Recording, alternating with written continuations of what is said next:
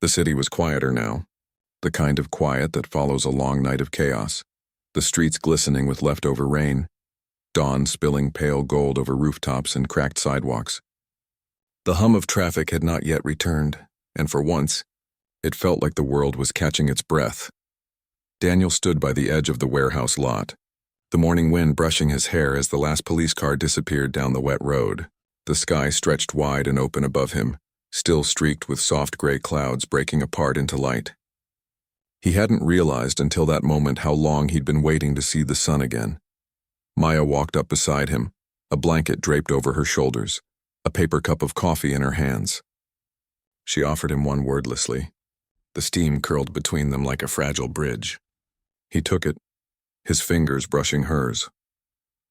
For a while they just stood there, two people who'd survived the storm, not saying much, because there wasn't much left that words could hold. The air smelled of wet earth and diesel, but beneath it was something cleaner, freer. "Do you think he'll talk?" she asked finally. Daniel nodded faintly. He doesn't have a choice now. Everything's out there. Every file, every recording. She watched him carefully. "And your mother?" He swallowed, the coffee cooling in his hands. "She did what she could. Maybe that's all any of us can do. Try to leave something good behind, even when it costs everything." The wind shifted, carrying the distant sounds of the city waking up, car doors slamming, dogs barking, the rhythm of ordinary life returning. The storm was gone, but the world hadn't changed overnight. People were still rushing to work, still stopping for coffee, still living in the quiet belief that the systems around them were solid and fair. Maya looked back toward the warehouse, now taped off and guarded by two officers. "It's strange," she said softly. "How everything started with something so small, a burger, a moment of cruelty." Daniel smiled faintly, though his eyes remained distant. "Evil rarely announces itself. It starts with small things. A lie here, a silence there, and by the time you see it for what it is, it's already rewritten the rules." They stood there a little longer, watching the clouds peel away to reveal a soft blue sky. The world looked almost innocent again. A car pulled up nearby, an unmarked sedan. An agent Daniel recognized stepped out, nodding once in greeting. "You're cleared, Reyes. Internal wants you to file your report, then take some time off." Daniel gave a half smile that didn't quite reach his eyes. "Time off," he repeated, as if the phrase belonged to another language. Maya turned to him, her voice gentle. "Maybe you should. Go somewhere quiet." He looked at her, the sunlight catching the exhaustion etched into his face. "I might," he said. "But I don't think quiet is what I'm afraid of anymore." She tilted her head. "Then what?" "Stillness," he admitted. "It's easier to run after the truth than to live with it once you've found it." She nodded slowly, understanding more than he expected her to. Maybe that's why truth doesn't come to the ones who chase it the fastest, but to the ones who are brave enough to stop running. He met her gaze. For the first time since this began, the hard edge in his eyes softened. "Come on," she said, smiling faintly. "Let's get out of here." They drove through the awakening city in silence. Morning light flickered through the car windows, flashing across their faces in gold intervals. On every corner, people were starting their day. A mother holding her child's hand, a man unlocking the shutters of his small shop, a teenager laughing into her phone. None of them would ever know what had happened in the shadows of their city last night, but maybe that was okay. Maya's phone buzzed. News alerts were already spreading. Corporate executive arrested for decade-long cover-up. Headlines about whistleblowers, justice, accountability. Her name wasn't mentioned, nor was Daniel's, and somehow that felt right. "Looks like the world will move on," she said quietly. "It always does," he replied. "The story changes, but the lesson stays buried until someone digs it up again." As they crossed the bridge, Daniel slowed the car. The river below shimmered like melted glass, reflecting the morning sky. He pulled over to the side, stepping out, the wind cool against his face. Maya followed, watching him walk to the railing. He pulled a small envelope from his pocket, weathered, edges worn. His mother's handwriting marked the front. He hadn't opened it until now. He unfolded the letter carefully. The paper trembled in his hands. "My dear Daniel, if you ever find this, it means I didn't get the chance to explain everything. You'll be angry, and you'll have every right to be. But promise me something. Don't let the truth harden you. Let it guide you. Because truth isn't meant to destroy, it's meant to set free. You can't save everyone, But you can choose not to become like the people who took everything from us. That's what makes you my son. Love always, Mom. He stood there, the words sinking into him like sunlight after a long winter.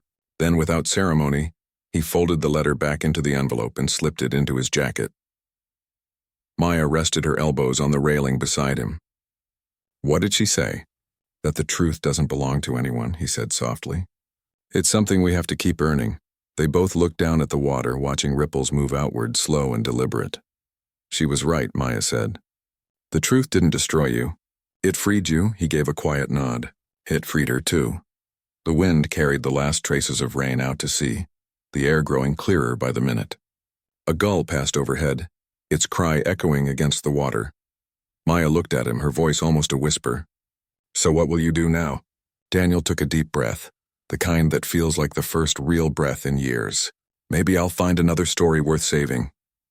They lingered there as the sun rose higher, washing the world in color, the gray turning to amber, the dull river alive with gold. Cars began to fill the bridge behind them, horns and engines building into the low hum of life, resuming its rhythm. But for that moment, everything slowed. It was as if the city itself paused to honor what had been fought for and what had been lost. Maya glanced at him. Funny, she said.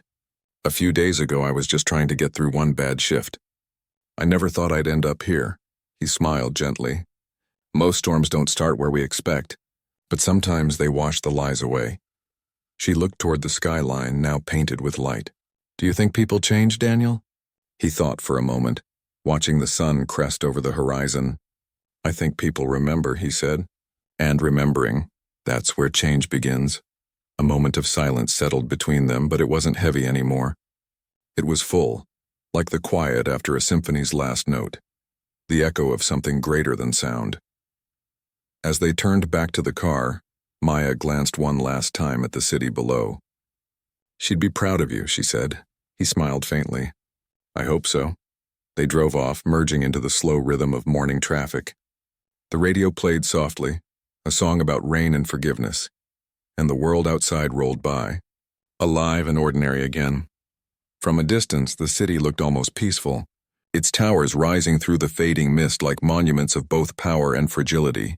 Somewhere in those streets, people were reading the morning headlines, sipping their coffee, believing in the story that justice had been served. And maybe it had. Not the kind that came from courtrooms or news reports, but the kind that lived quietly, in the hearts of those who refused to look away. The camera would linger here if this were a film, on the morning sun cutting across glass and concrete, on the faint smile crossing Daniel's face as he drove, on Maya watching the world outside her window as if seeing it new. Then it would fade slowly into light. Because in the end, this story wasn't about revenge or justice or secrets buried beneath corporate walls.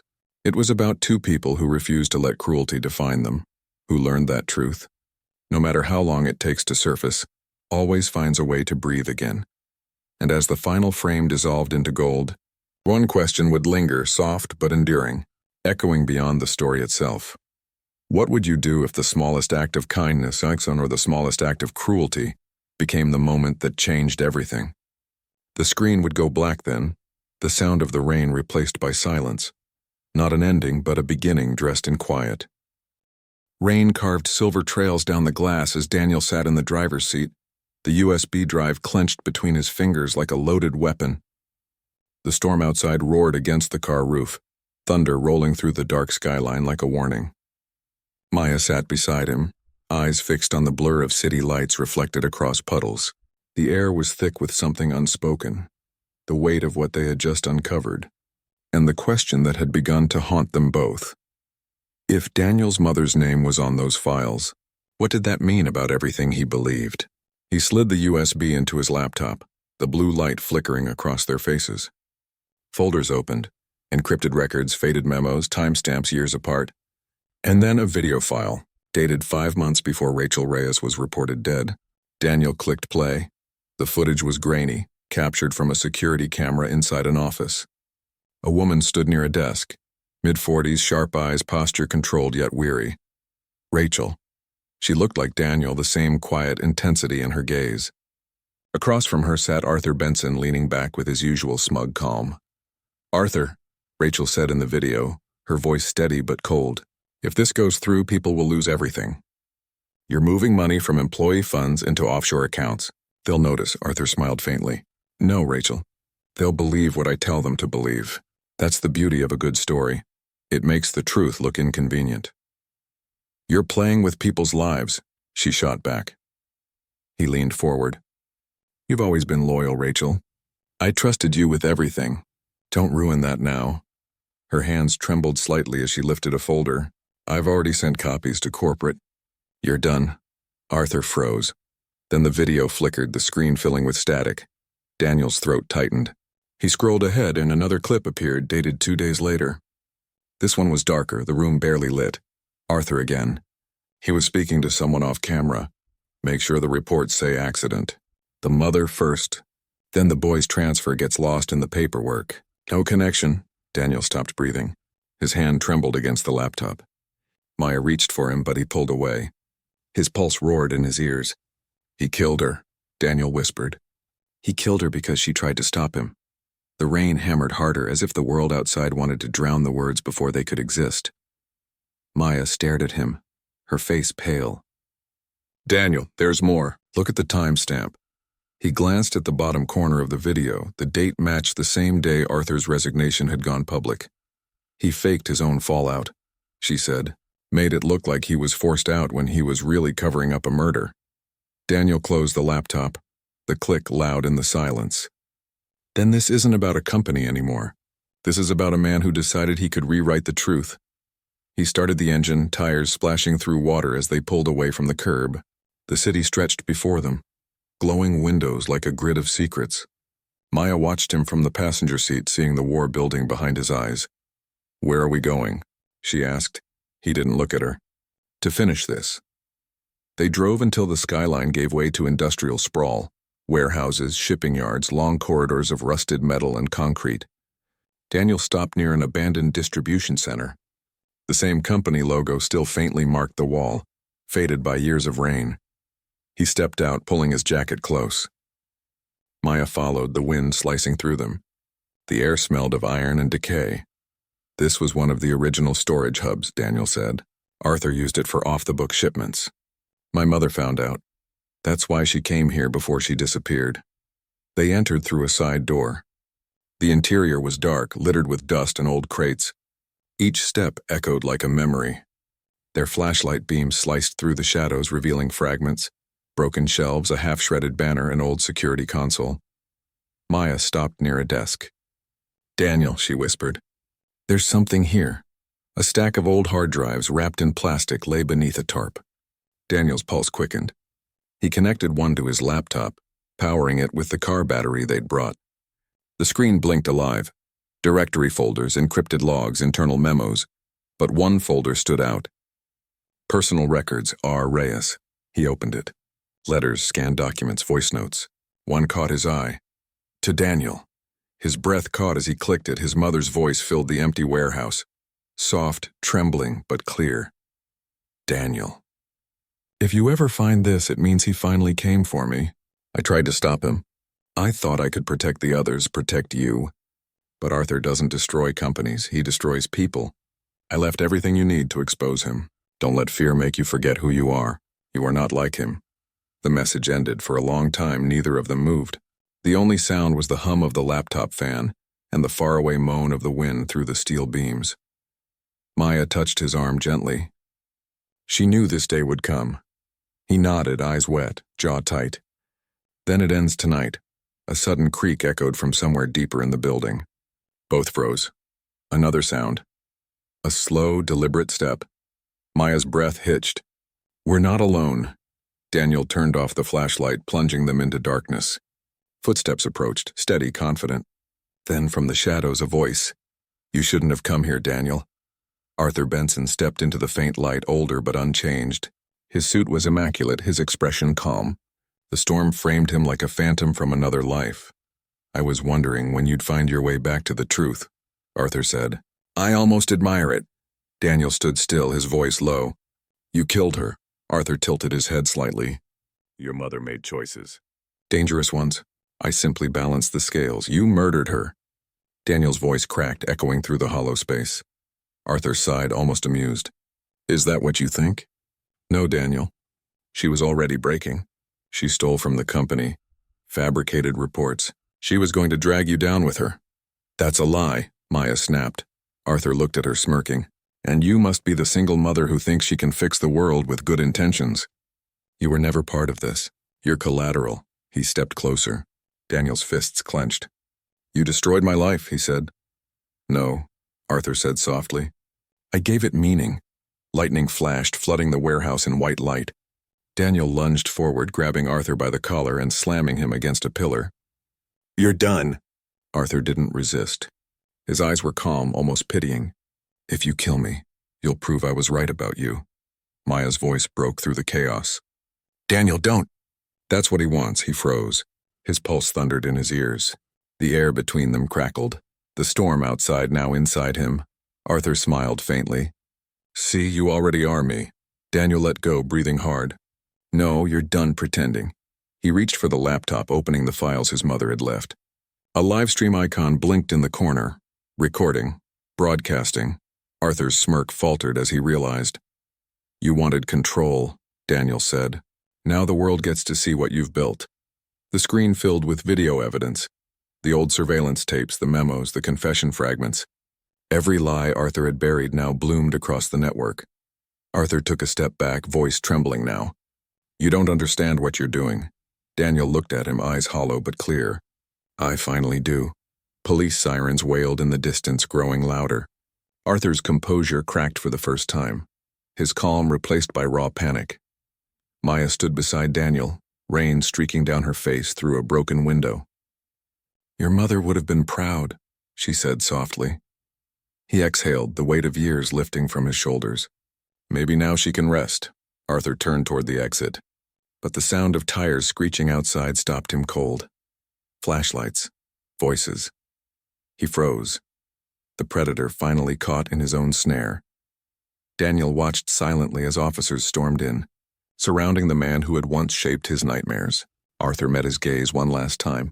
You think this ends with me? He hissed. Daniel didn't answer. He didn't need to. As they led Arthur away, the storm began to break. The rain softened into a mist, the dawn bleeding faint light into the sky. The warehouse felt different now, not haunted, just empty. Maya looked at Daniel. What happens now? He closed his laptop gently. Now we start telling the truth. They stepped outside, the air cold but clean. The clouds began to part, and for the first time in years, Daniel lifted his face toward the light. He could almost hear his mother's voice in the wind and not warning him anymore, just whispering peace. And as the city stirred awake beyond the rain, the story that began with a cruel outburst over a simple burger had finally revealed what it truly was. A war for truth, fought in silence, won by courage. Daniel took one last look at the fading storm. For the first time, he wasn't chasing ghosts. He was walking out of their shadow. Rain lashed against the windshield as Daniel drove through the empty streets, wipers struggling to keep up. The city blurred into streaks of light and shadow, a watercolor of sleeplessness. Maya sat in the passenger seat, her fingers gripping the seatbelt so tightly her knuckles had turned white. The silence between them felt alive, pulsing with thoughts neither dared to voice. She stared at her reflection in the window, tired, haunted. Her hair clung to her face from the damp air. Do you think he knows where we're going? She asked softly. Daniel's eyes flicked toward her. He knows where you were, not where you'll be. The way he said it, calm, steady, made her want to believe him. But the way his hand tightened slightly on the steering wheel told her otherwise. They reached a motel on the outskirts of town, the kind that existed between highways and half-forgotten dreams. A buzzing neon sign spelled out vacancy, though half the letters were dead. Daniel parked behind the building, away from the main road. Inside, the air smelled faintly of detergent and old smoke. The wallpaper peeled near the edges, and the hum of a single fluorescent light filled the silence. It's not much, Daniel said, setting his briefcase on the table. But it's off the grid. No digital check-in, no cameras. Maya nodded absently, walking to the window. The parking lot outside reflected the orange streetlight like liquid amber. I used to think danger looked loud, she whispered. like sirens are shouting. But it's quiet. It just waits. Daniel looked up at her. That's exactly why it's dangerous. He sat down, pulling out a laptop. Lines of data scrolled across the screen, timestamps, access logs, surveillance feeds. Maya watched the glow of the monitor flicker against his face. There was something in his eyes. Not just focus, but exhaustion mixed with something heavier. Guilt, maybe. Daniel, she said quietly. When you said you've been chasing this for years, what did you mean? He didn't answer at first. His fingers paused over the keyboard, then lowered. I mean, this isn't just about Arthur or Carl, it's about what they built. She frowned. What they built? He turned the laptop toward her.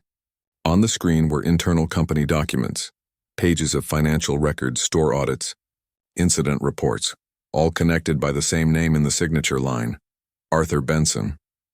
Before he disappeared, Daniel said, Arthur wasn't just a manager. He ran a regional network of stores, used them as a front, falsified payrolls, insurance fraud, illegal labor. When corporate tried to investigate, the files vanished. He vanished, and every person who tried to dig into it, he hesitated. They were discredited. Or worse, Maya's chest tightened. So everything that's happening, it's about covering up something bigger. He nodded. Or silencing the last people who can expose it. The light from the screen flickered, and for a moment, their reflections blended. Two people caught in something that felt larger than either of them could escape. Then why me? She whispered. Daniel's voice softened. Because you saw too much. You saw what he became, and he knows I'll protect you. Her heart skipped. The way he said it wasn't procedural, it was personal. She wanted to ask if it was about his mother again, or if somewhere along the line it had become about her. But before she could, a low rumble outside broke the moment. A car engine. Daniel shot up, crossing to the window in 3 strides. 2 sets of headlights glowed through the rain, slowing near the lot entrance. Get down, he said sharply. Maya dropped beside the bed, her pulse thundering in her ears. The headlights flickered, then went dark. For several seconds, there was only the hiss of rain and the whine of wind. Then, a door slamming. Footsteps. Daniel drew his phone, texting quickly. Backup's 15 minutes out, he muttered. Another footstep, closer. Maya's eyes darted toward the door, the metal knob trembling slightly as if touched. Her breath hitched. Daniel mouthed, Stay quiet. The knob stopped moving. Then silence. A beat later, the sound of retreating steps. A car door opening. The engine revving. Then gone. Maya's shoulders sagged, a tremor escaping her lips. He's playing with us, she whispered. Daniel nodded grimly. He wants us on edge. Scared people make mistakes. She stood, her hand shaking. Then maybe he should be the one scared. He turned to her, surprised at the steadiness in her voice. Maya met his eyes. You said he's been hiding behind this company. Then let's pull the curtain. Daniel studied her for a moment, then nodded slowly. There's a storage server. Offline archives. If we can get access, we'll find what's missing. Where? He exhaled. Headquarters downtown. A faint smile crossed her lips. Then that's where we go. The next day was gray and heavy, the kind of sky that felt like it could crush the world. Daniel parked 2 blocks from the corporate building, a glass and steel fortress gleaming coldly under the overcast light. Inside, everything smelled like money, coffee, perfume, and polished marble. People moved with purpose, badges flashing, eyes forward. Daniel walked like he belonged. Maya followed a step behind, her pulse hammering. Every sound, every click of heels, every distant phone ring whir felt amplified. They entered an elevator, the doors closing with a soft hiss. Floor? She asked. Daniel pressed 9. Archive level. As the elevator climbed, Maya watched his reflection. He looked composed, but there was a tension in his jaw that hadn't been there before. When the doors opened, the floor was empty. Rows of cabinets, locked drawers, servers humming quietly. The air smelled faintly of ozone. Daniel approached a terminal, swiping his ID. The screen blinked awake. Once I open this, we have 5 minutes before security gets an alert. 5 minutes for what? To find the truth, he said. Files appeared onto folders, reports, scanned documents. Maya leaned closer as he opened one marked Internal Case Archive 2019. The first file stopped her cold. A photo. Her own store. Her name in the header, her voice cracked. Why am I in this? Daniel's eyes darted over the page. These are employee evaluations, but they've been altered. Look, complaints filed under your name that you never made, signatures forged. Maya's stomach turned. Why would they do that? Because, Daniel said slowly, someone wanted to paint you as unstable, to make you the fall person if anything went public. A cold realization crawled up her spine. You mean, I was set up before any of this even happened? Before Daniel could respond, a low chime echoed through the room, the sound of an unauthorized access alert. 3 minutes, he muttered. Copying the data. Maya's eyes flicked to the screen, lines of code racing by. Her reflection wavered in the glass, overlapping with a name that flashed briefly before disappearing. Arthur Benson. But beneath it, another signature. She blinked. Wait, Daniel, look, he froze reading it. And for the first time, his face went completely still. Rachel Reyes, Maya read aloud. Who is? My mother, he whispered. A chill moved through the room. She worked for Arthur, Daniel said quietly, voice shaking now. But why is her name on a file dated after she died? Maya's breath caught. What if she didn't? The question hung there, sharp and impossible, cutting through everything they thought they knew. The computer beeped. Download complete. Daniel yanked the drive out just as the sound of footsteps echoed down the hallway. Time's up, he said. They slipped out the side exit, disappearing into the gray daylight. Behind them, alarms began to blare. Maya glanced at him as they ran through the rain, the city blurring around them. Daniel, if your mother's file was forged like mine... He finished her thought, his voice barely a whisper. Then maybe she was never the victim I thought she was.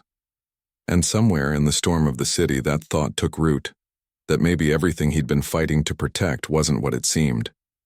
That maybe the real story had only just begun to show its teeth.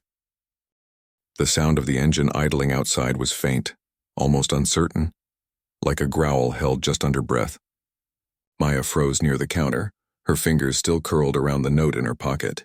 Through the glass window, she could see the faint silhouette of a car, headlights off, parked just beyond the glow of the diner's sign. For a moment, she thought about calling Daniel. But something in her stopped. Maybe pride, maybe exhaustion.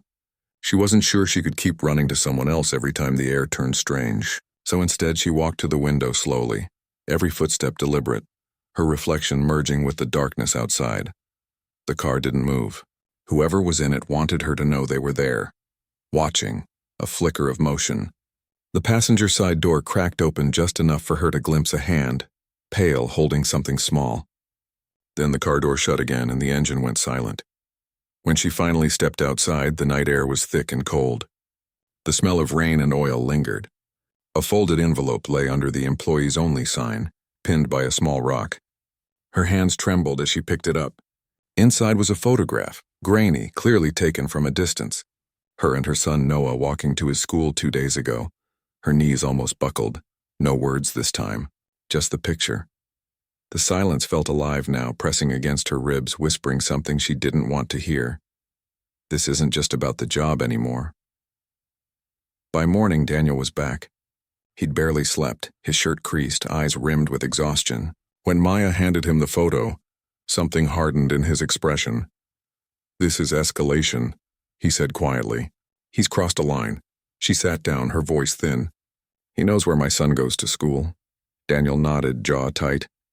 We'll move him somewhere safe. I can contact security, but Maya shook her head. He's a kid. I can't uproot him again. He's already lost so much. For a moment, Daniel said nothing. Then he leaned forward. Maya, this isn't just workplace retaliation. Someone's orchestrating this, and I don't think it's only Carl. She looked up sharply.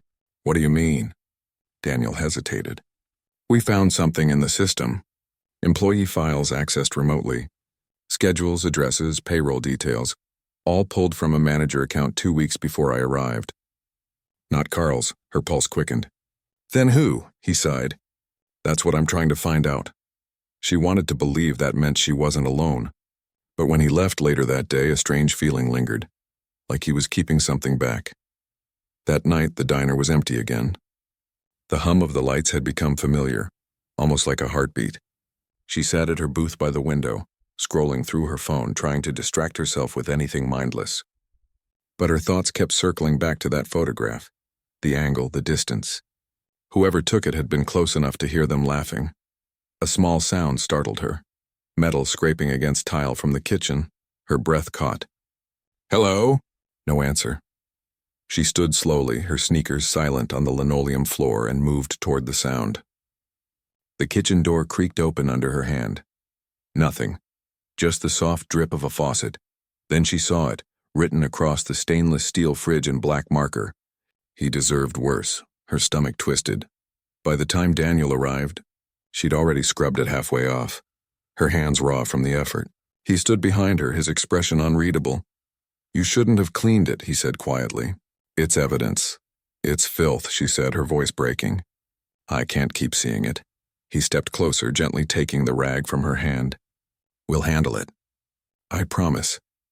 But something flickered behind his eyes. Not doubt exactly, but recognition. "Daniel," she said, voice trembling, "you know something. Tell me."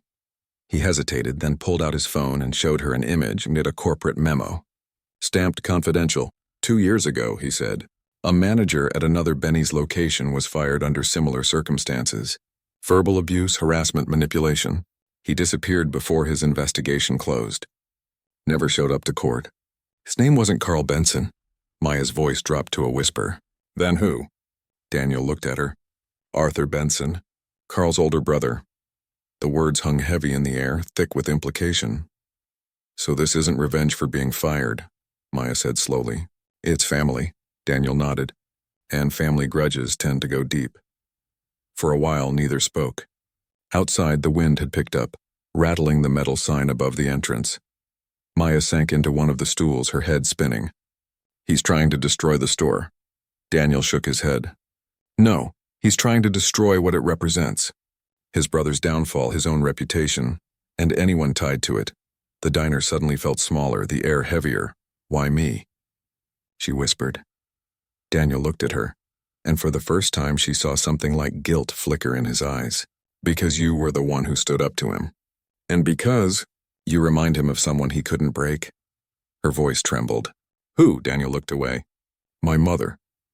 The admission landed like a stone in still water, rippling outward through the silence. "She worked under Arthur," he said. "Different branch. Different time.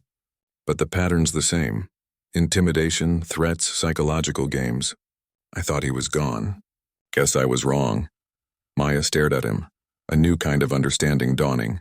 "You didn't come here just because of a complaint." He met her gaze. "No. I came because I've been chasing this for years." The hum of the light seemed to fade under the weight of his words.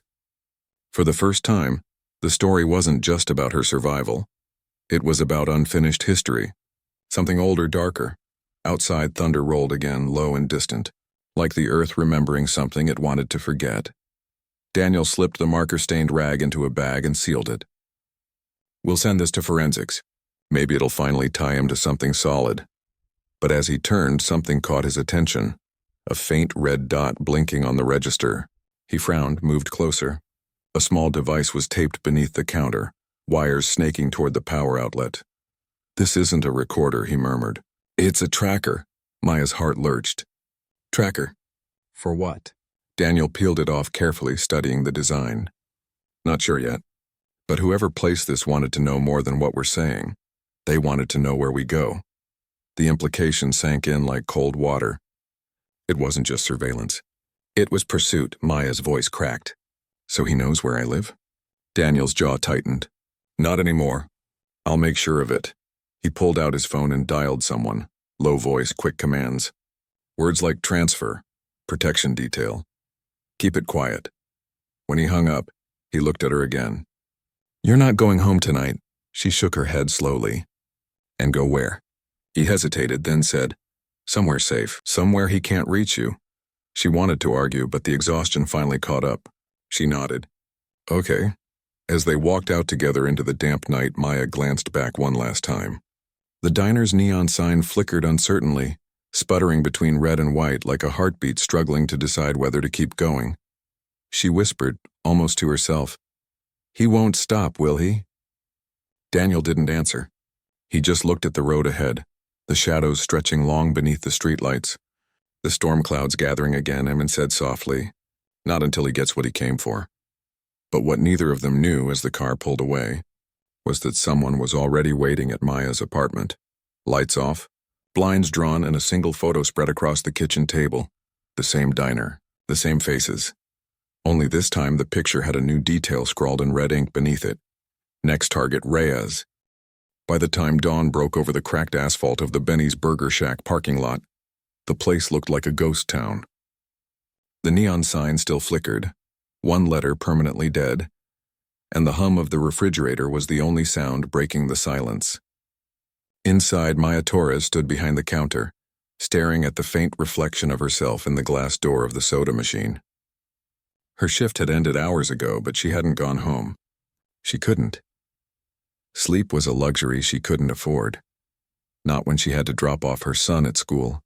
Not when she needed to figure out whether she still had a job after last night. She replayed the moment in her head. Carl's face turning red, Daniel's calm voice cutting through the tension, the badge flashing like a blade of light. It felt unreal, like something from a movie she had accidentally stepped into. But it had been real, painfully real. The door chimed. Maya jumped slightly as a young man with a clipboard stepped in, the morning sun painting streaks of gold through the smudged glass behind him. "Morning," he said cheerfully. "I'm looking for the manager on duty." Maya hesitated. "That would be me for now," he smiled politely. "I'm Eric from Corporate Logistics. I was told to collect incident reports and take inventory logs. We had some kind of audit last night?" She nodded slowly. "Yes, Mr. Reyes was here." At the mention of the name, Eric's expression shifted slightly. Not quite surprise, but something close to respect. When he shows up in person, it's never small. Guess you were right in the middle of it, huh? Maya nodded again, still unsure what that meant for her. Eric set the clipboard on the counter and started glancing around. "Looks like the place could use a deep clean," he said lightly, jotting notes. Then after a pause, "For what it's worth, I've heard good things about you." From Daniel, she blinked. "You talked to him?"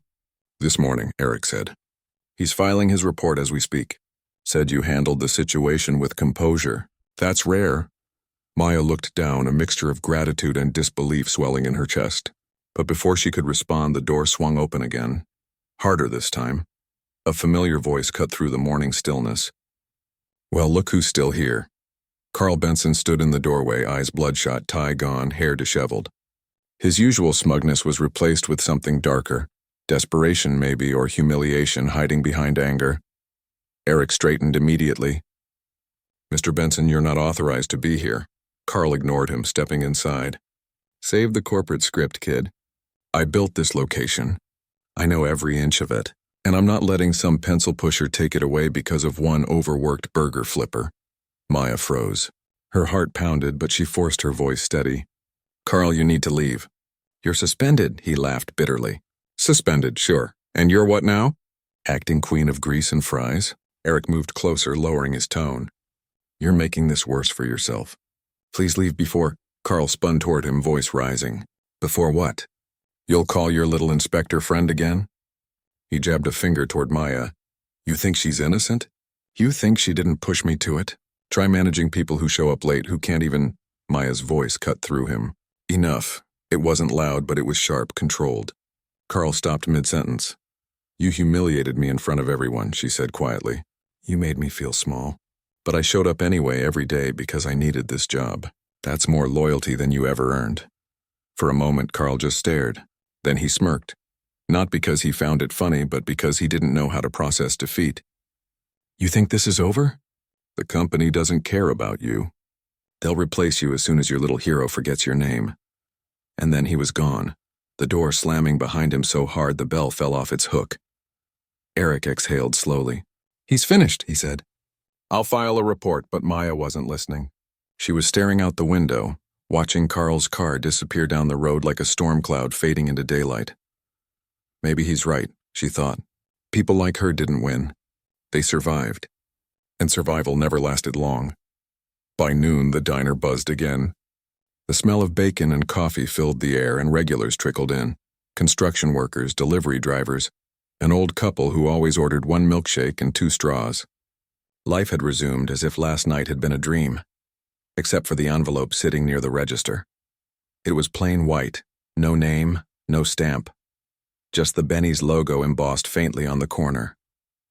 Maya turned it over and opened it. Inside was a single page. Temporary promotion, acting store lead, effective immediately. Pending review of management performance. Below, Daniel Reyes's signature. Her hands trembled slightly as she read it again. For the first time in months, she felt something close to relief, but also fear. Responsibility was heavier than cruelty. That night, after closing, she sat at one of the corner booths. The lights dimmed except for the buzzing neon that washed everything in blue. She stared at her phone at a photo of her son, laughing. Missing a tooth, she whispered, "We might be okay." Noah, but the peace didn't last. The next morning, when she arrived, the front door lock was jammed. She had to pry it open with her key. Inside, a faint chemical smell hung in the air, bleach thick and bitter. She frowned, stepping cautiously toward the kitchen. The floor glistened unnaturally. Someone had cleaned it overnight, too clean, almost sterile. Then she noticed the note taped to the fridge. "Accidents happen. Watch your step." Her breath caught. She looked around and nothing else was disturbed. But the message was clear. Her hand shook as she called Daniel's number from the business card he'd left. It rang once, twice, then clicked. "Reyes. It's Maya," she whispered. "Someone's been here." Daniel's tone changed instantly. All warmth gone, replaced by precision. "Describe everything you see," she did. The door, the floor, the note. He was silent for a moment, then said, "Don't touch anything else. I'll be there within the hour." When he arrived, he wasn't alone. 2 other corporate officers came with him, one taking photos, the other checking the security feed. But the cameras had been wiped. Daniel stood by the counter, jaw tight. "This wasn't random," he said softly. "Someone wanted to scare you." "Carl," Maya said, her voice trembling. "It has to be him." Daniel didn't answer right away. "Maybe. But until we confirm, we treat it as a security breach." He turned toward her, eyes steady. "You okay?" She nodded, though her chest felt like a drum. "I'll be fine," he looked unconvinced. "Take the day off. I'll have corporate send a security sweep." But she shook her head. "If I leave, he wins." Daniel almost smiled. "You've got more courage than most people I know." For the next few days, everything ran almost normally. Orders came in, customers laughed, and the staff, now under Maya's quiet leadership, seemed calmer, lighter. But there was a shift in the air. Small things started happening. An order would go missing. A light fixture would short out. A stack of buns arrived moldy despite being marked fresh. Nothing catastrophic, but enough to unsettle. And every time something went wrong, Maya found a note. "Always short, always typed. You can't run a kitchen if you can't stand the heat. Management isn't for the weak. Quit while you can." Daniel visited twice more that week, each time promising to escalate the issue. But she could see the fatigue in his eyes. Corporate procedures moved slower than fear. One night, after closing, she found herself sitting outside behind the diner, watching the rain smear the glow of the parking lot lights. The scent of wet asphalt mixed with fryer oil. She hugged her arms around herself. The door creaked open behind her. Daniel stepped out holding 2 paper cups. "Coffee," he said. "The only thing this place still makes right." She managed a small smile. "Thanks." They sat in silence for a while, the rain filling the gaps. "Why are you still here?" she asked finally. "You could have handed this case off," he shrugged. "Because people like Carl don't stop unless someone makes them. And people like you shouldn't have to fight alone." Maya looked at him, really looked. He wasn't just an inspector. There was something else in his eyes, something personal. "You've seen this before," she said softly. He nodded once. "My mother worked in a diner. Different town, same story.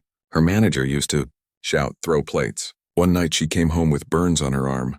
Maya's voice dropped. "What happened?" "She quit, and no one cared. Not the company, not the customers. I swore I'd never let that happen again." Thunder rumbled in the distance. For a moment, neither spoke.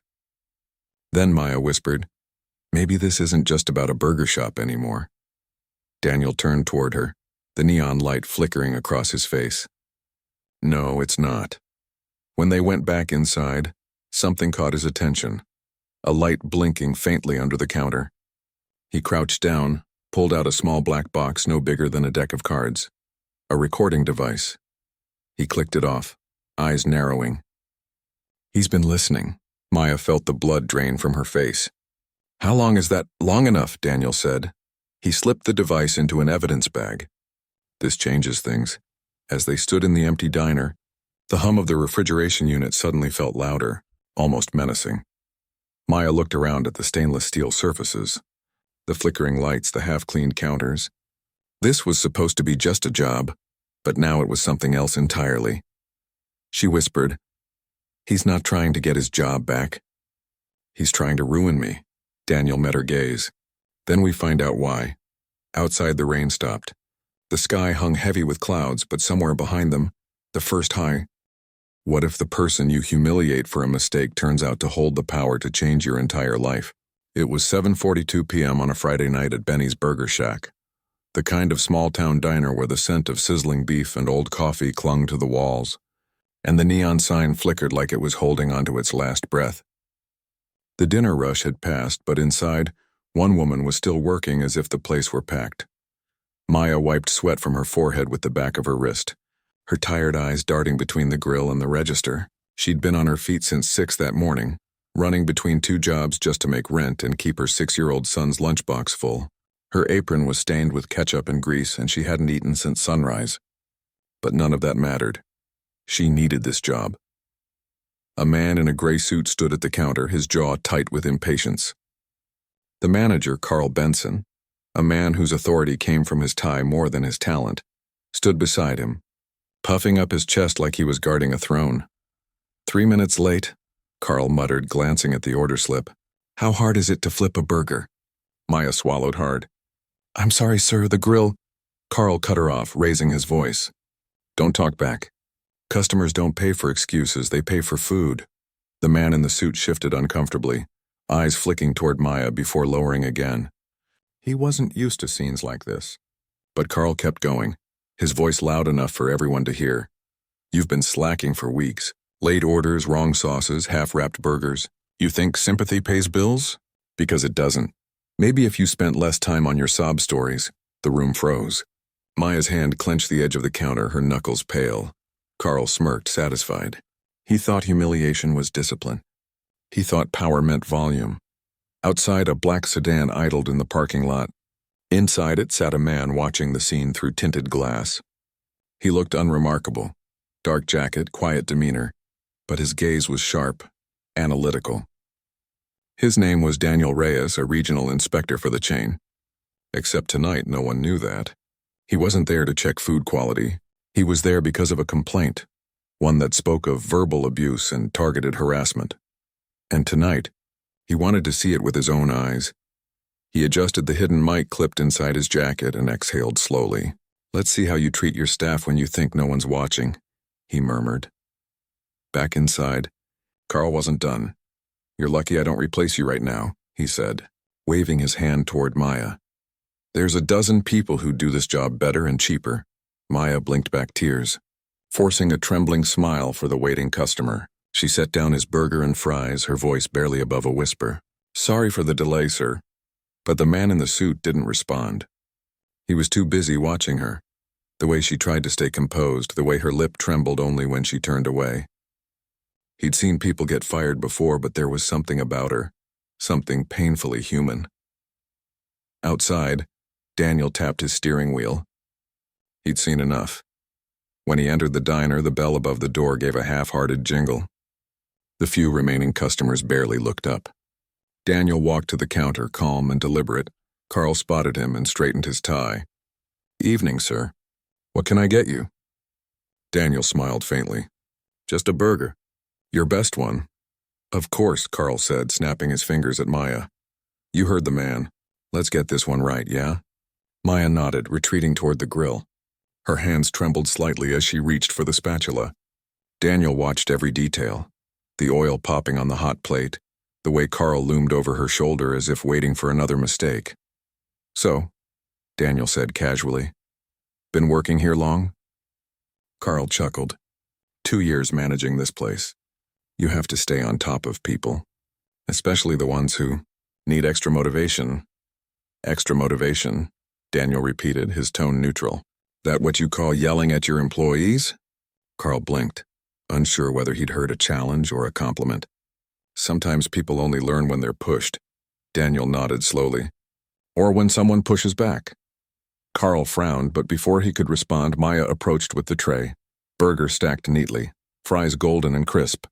She slid it forward quietly. Perfect, Daniel said. Smells great. He looked up at her, eyes kind. You make this yourself? She nodded, unsure whether to speak.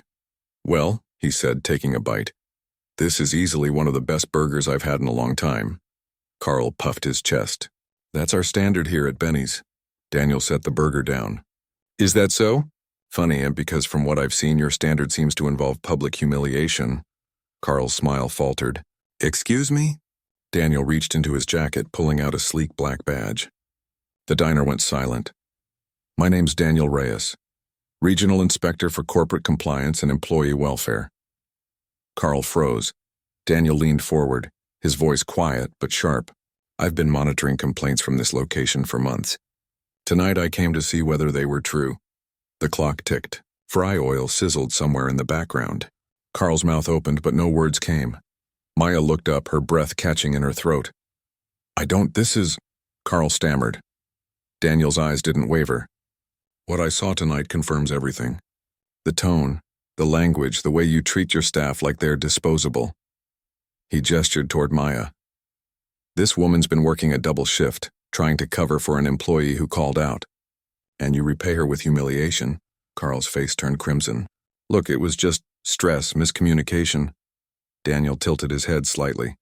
Stress doesn't excuse cruelty. For the first time, Carl looked small, like a man stripped of his armor. He tried to recover. Listen, I can fix this. I'll apologize. I'll make it right. But Daniel wasn't looking at him anymore. He turned to Maya. How long have you been working here? About 8 months, she said quietly. It's not usually like this. Carl nodded eagerly. See, she's fine. Daniel ignored him. And before this? I worked at a diner across town. Had to leave when they cut shifts. My son, he's in school. I needed steady hours. Daniel studied her for a moment. The exhaustion, the quiet strength. Would you stay here? He asked softly. If you didn't have to? She hesitated. I don't really have a choice. Daniel nodded once. That's what I thought. Then he reached into his briefcase and pulled out a document.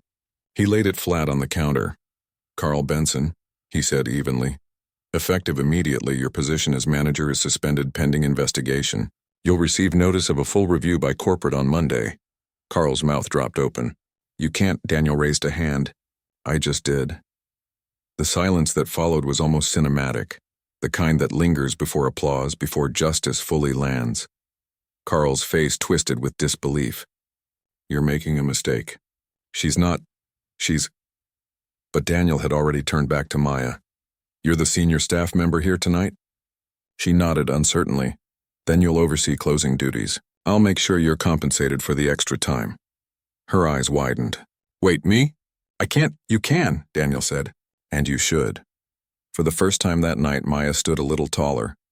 The other employees, 2 teenagers wiping tables nearby, exchanged glances of quiet satisfaction. Carl sputtered, grabbing his jacket. You think this changes anything? You'll regret this, both of you. Daniel didn't even turn around. Drive safe, Mr. Benson. The door slammed behind him. For a moment, no one moved. The hum of the neon sign buzzed faintly against the silence. Maya finally exhaled, leaning against the counter. I don't know what just happened. Daniel smiled gently.